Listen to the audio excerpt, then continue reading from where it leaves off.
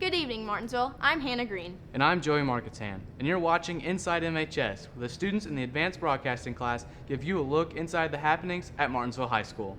Coming up, we'll take a look at Martinsville High School's talent show, Martinsville's Got Talent, and we'll have an in-depth look at how one Olympian was given a warm welcome home.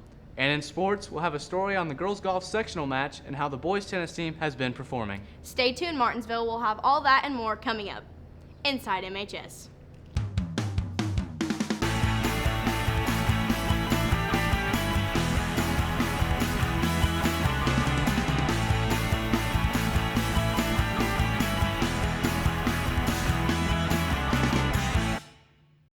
This past Monday, MHS hosted its annual talent show, Martinsville's Got Talent. And as Zachary Olson tells us, it was quite the turnout. MHS students definitely showed they had talent Monday night in the auditorium. 22 different acts hit the stage, ranging from singing, guitar playing, and card tricks, to lip singing, poetry slam, and dancing. And it was a dancer, Aviana McClish, who took home first place. It's really exciting, and all the acts were great tonight too, and I was just really surprised because there are so many good people here. But yeah, it's a really great feeling. Sophomore Grace Betzel sang her way into second place with a melody of popular songs. I always feel like whenever I perform one song, I feel like I'm boring people, so I just didn't want the audience to be bored. So I figured that if I played songs that people like today, then they would enjoy it. So I just mashed them together. Sophomore Julia Rito waved her way into third place with the color guard performance. So it was kind of a way to tell a story of some things that I've been through without directly coming out and saying, hey, these are some things that I've done that I feel not so great about. Here is a way for me to show you them. And Thomas Knighty had the biggest standing ovation from the crowd performing Sugar by Maroon 5. Zachary Olson, Inside MHS.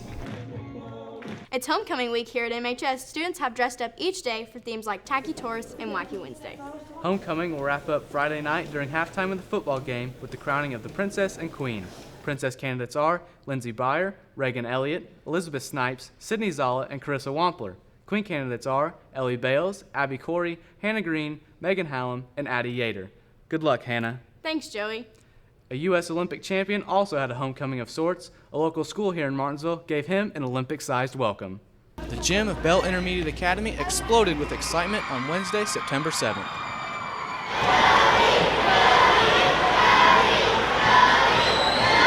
The students were eager for a special convocation their school was hosting for U.S. Olympic gold and bronze medalist Cody Miller. The only thing that you can see is the road in front of him. Miller's fiancée, Allie DeWitt, is a math teacher at Bell Intermediate.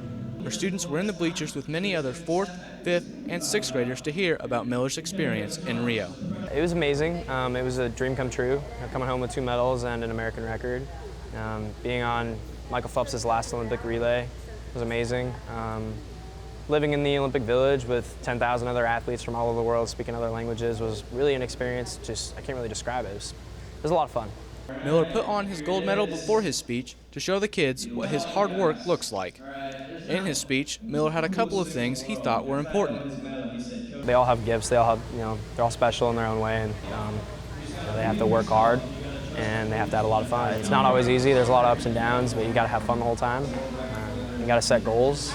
DeWitt was at Miller's side during the convocation, just as she was in Rio. When I was standing on the podium, I turned to my left and I saw her, and I saw my whole family, and I basically started crying. She was unaware of Miller's speech plans until right before he started. I thought it was really exciting, really cool, and his speech was great. He looked at me right before it started and he said, "I'm just going to wing this. This is going to be great." I was like, all right. Principal Susie Lips asked Miller before the Rio Games to come speak to the students once the school year started. Lips worked diligently in order to make this convocation happen. She was hoping Miller could connect with the students about what it takes to be successful. When you leave school, learning doesn't end, it continues and takes you through the rest of your life. They might, not have everything that they want in their life, but that they should go for their dreams. And they should set goals, immediate goals and long-term goals, and know that they can come true. Whatever you're passionate about, whatever you love, hold on to that tight. For now, Miller turns his attention back to the pool and the World Championships in December. The Martinsville Marching Artesians are coming in their season full throttle. Tyler Johnson took a deeper look into what the marching band is doing. The Martinsville Marching Artesians have started their season with the show titled The Tale of the Three Brothers.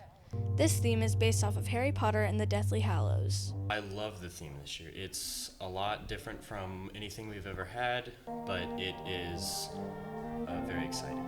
Most of my kids know I'm a big Harry Potter fan, and I didn't necessarily want to do a Harry Potter show. That seemed a little bit trite or maybe overdone, but the idea of using a fairy tale from the actual story series was pretty cool. Adrian Hartzell is the band director, and he says the show offers more opportunity for the band as a whole. It's a dark show, but it also has a good story to tell, so it gives the kids a lot of opportunity to perform. The band will use this performance during halftime at homecoming and in multiple competitions. Drum major Luke Gooden likes the theme as well and is hopeful for the group this season. I feel like our goal this year is to do at least as well as we did last year, and we made finals last year. Hopefully we can make it within the top 5. The Martinsville Marching Artesians have another competition this Saturday at Greenwood. Tyler Johnson, Inside MHS. The MHS Madrigal Singers had their annual retreat September 2nd and 3rd. Haley Parnell has the story. The Madrigals traveled to Turkey Run State Park for the group's retreat. The retreat focuses on bringing the group together to learn their music before their season begins. We benefit a lot considering we work on all of our carols, all of our dinner music, all of our concert music, and we get so much accomplished within those 2 days, but we also have fun together as a group. Madrigals are a small group of skilled singers that come together to sing Christmas carols and dress in costumes from the 1500s. There are some new faces to the group this year and many returning members that all work together during the weekend. And we get to know each other and know how the others sing, and we get to blend our voices together. During breaks, many members got to enjoy a game room for different activities, while others took the time to catch up on rest. The group would also take hikes on the trails around the park and stop to sing in beautiful areas along the way. We definitely get a lot more accomplished over those couple days, and it brings us together, especially whenever we're on trails and we're definitely like carrying each other along. I made the move I should have made. This year the retreat was scheduled a lot earlier than previous years. This is giving the group an advantage to rehearse more and get closer to the goals director Tim James has set for them. I also want them to be to raise to a higher level of excellence than even last year's group. Anna. The Madrigal group will begin caroling around Martinsville businesses in mid-November and will perform their 51st annual dinner in December. Haley Parnell, Inside MHS. And now we turn our attention to Artesian athletics. The girls' golf team traveled to Cascade Golf Course on Monday for their sectional. And as Michael Fleener tells us, they annihilated the competition. 46 strokes. That's the closest anyone came to the Lady Artesians golf team on Monday at their sectional. I think we played quite well, the 324. When we had the Bloomington South Invitational, we were 318, so only 6 shots off. Sloan Winters once again led the way for the Artesians. The senior shot a 72 and finished first overall. But she wasn't the only Artesian who played well. Sophomore Emma Keller carded an 80 and finished 4th overall. I think I played pretty well today. My short game was a lot better than I was hoping for at least, so that was nice. But my tee shots weren't as good as I wanted, but I still finished with a decent score. Emily Bennett shot an 86, and her sister Erin fired in an 86 as well. And the Artesians' 5th player, Skylar Hawk, shot an 87. You know, basically they can really hit the ball 1 through 5. I mean, it maybe will stray off a little bit in the rough, but just that short game. Pitching, chipping, and putting. We'll do a lot of that all week. They'll be practicing all that this week, getting ready for regionals on Saturday at Country Oaks Golf Course in Washington. Michael Fleener, Inside MHS. The football team is well into their season. And as Andrew Walker tells us, one player is having a fantastic year. Collier, signaling Stewart, hands it off, actually going to keep it himself. And he gets hit hard, nowhere to go. Might have lost a yard. That was August 21st, 2015. Artesian football lost one of their most instrumental starters. Jonathan Collier went down with a broken collarbone in the first game of the season last year. The promising sophomore was out all last season and was forced to watch the Artesian football team from the sidelines in a sling struggle to pass the ball. Collier is back on the field this season, and man, he's made a big impact. Collier, ball rack in the backfield, 2x2. Collier with the snap. He pump fakes. He's looking deep downfield to his man, Colton Tribby. He makes the catch. Collier looks to his man, Eli Toomey in the end zone. Eli Toomey with the Artesian touchdown. Quarterback.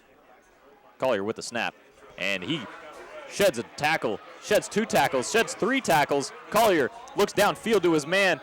Calling it a breakout season might be an understatement. Through 5 games, Collier has racked up nearly 1,500 yards and 12 touchdowns. Head coach Brad Rose says Collier has put himself in that position coming back from an injury with a strong spring and summer. He worked out, hit the weights real hard, went to some camps, really improved his accuracy and his footwork, and so it's really nice to see a guy like that battle back from an injury, and I think it only just cultivates a leadership role for an athlete that's able to do that.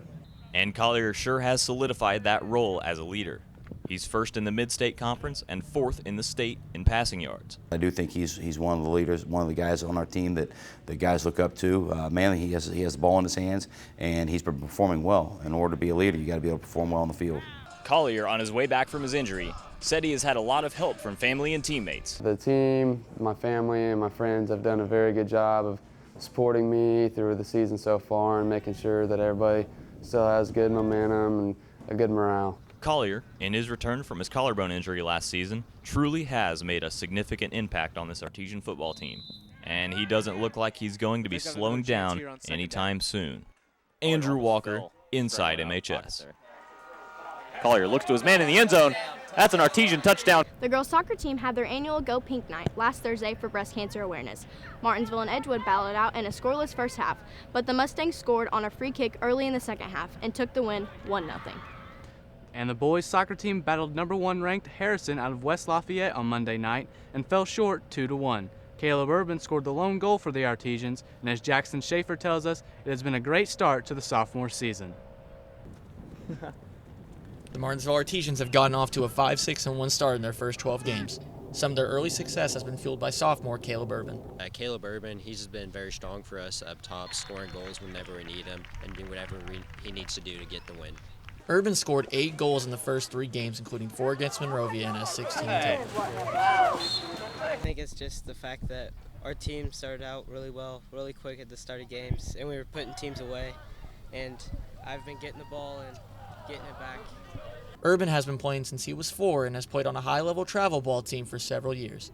Boys head coach Daniel Urban said this has been a key to his success. This past winter into the spring, I played on a really high-level team, and he's used to playing against some really tough competition. So to be out here and then get back to the high school level where the competition may not be as steep, he's had the advantage of seeing a higher level and then just knows how to play the game at a faster speed. Daniel is also Caleb's dad, and he says it gets complicated being a father and a coach. When we get home, I've got to be sure that I drop what I'm disappointed with him, and then also too, I've got to realize that he's doing a lot of things right now, and I've got to stay positive with him and be a father as well as a coach. The boys will be back in action Monday against Mooresville at home. Jackson Schaefer, Inside MHS. The boys tennis team came out with a big win last week. Annie Keister has the highlights. The boys tennis team took down the Whiteland Warriors last Wednesday night 3-2. The night began with a strong performance from number 1 singles player Hunter Sylvester. The junior won his match with a clean sweep of 6-0, 6-0 and remained undefeated on the season. So it came out looking as like a tough match, but ended up pulling it out 6-0, 6-0. Head coach Sean Sylvester says that this match was a test for his son's technical skills on the court. Hunter played well tonight. He's working on some different things, working on going to the net more, and it was just a good match for him to try to work out a few kinks, work out some things that maybe he wouldn't do in normal matches, but he played really well. Eli Mock also played well. The junior won at number 2 singles 6-2, 6-4. Juniors Ethan McDonald and Tanner Garatas fought a tough battle at number 2 doubles against their Whiteland opponents, but they ultimately fell short in the third set tiebreak. Sylvester says, despite the score, it was an overall successful match for the boys. They played a great match. They got to a third set tiebreak. They were consistent all night. it just came down to the end, and we just fell a little short. Gertas says he is also proud of he and Ethan's performance on the court. We played pretty well, but we weren't able to get the win. We just need to work on getting key points and playing to the best of our ability. The number 2 doubles team picked up the 3rd point for the Artesians. The boys will be back in action tonight at Plainfield for the Mid-State Conference. Annie Keister, Inside MHS. The cross-country team traveled to Brown County for the Eagle Classic last Saturday. Andrew Walker also made the journey to get the details. Disgusting. That's how senior Kyle Smith described the course last Saturday after the overnight downpour at the 15th annual Eagle Classic cross-country race in Brown County State Park. I'm going to go out a little bit slower at the beginning, not go as fast, so I have more energy left in me, then run as smooth as I can, try not to die. The event attracted 31 teams from across the state and had several different levels of races. Smith came into the Classic fresh off a victory at the Bloomfield Invite and ran in the varsity race. He was joined by Marino Dolph and Jacob Kitchens. Dolph finished 6th and Kitchens finished 7th. The Artesians also had several runners in the freshman and sophomore race, and according to boys head coach Carl Wagner, their race went very well. We had a number of guys set PRs, and you would have thought on this soggy course, because we had a big overnight rain, it's a little overcast right now, we could still get some more rain before the races. And those guys did a nice job of tearing up the course for the varsity to follow. The course is the same one the runners will race on in the sectional, regional, and semi-state race. Girls head coach Lorna Bain hoped her runners would take advantage of that opportunity. We've got to get our times down or we're not going to be competitive later on this season. So I'm hoping this is a course that they love. It's beautiful weather today, so I'm hoping they take advantage of that opportunity, seize it, and just run with that. The girls ran in the Class 2A varsity race and finished 9th. Nikki Carlisle led the girls and was followed closely by Natalie Lowry. Emma McDonald and Jessie Miller also had strong showings. The cross-country team will be back in competition at Franklin this Saturday. Andrew Walker, Inside MHS. 1, 2, 3, X! We're here in the John R. Wooden Gym where the volleyball team faced off against Mooresville on Tuesday, September 6th. The Arties came out ready to gain a win against their Mid-State Conference rival. The Lady Arties came out in the first set with a lot of momentum.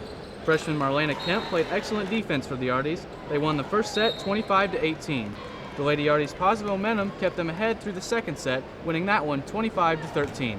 The last set, the Arties didn't let up on the offensive or defensive side as they finished out strong with a win 25-20. Madison Martin finished with 7 kills. Kemp and Andrea Cotter both finished with 3 blocks. Ashlyn Van Laningham led the team in digs with 12, and Sydney Lyon finished with 18 assists. The girls will host their annual Artesian Classic Saturday at the John R. Wooden Gym. That does it for this edition of Inside MHS. For Hannah Green and the rest of the advanced broadcasting class, I'm Joey Marketan. Thanks for watching, and we'll see you next time Inside MHS.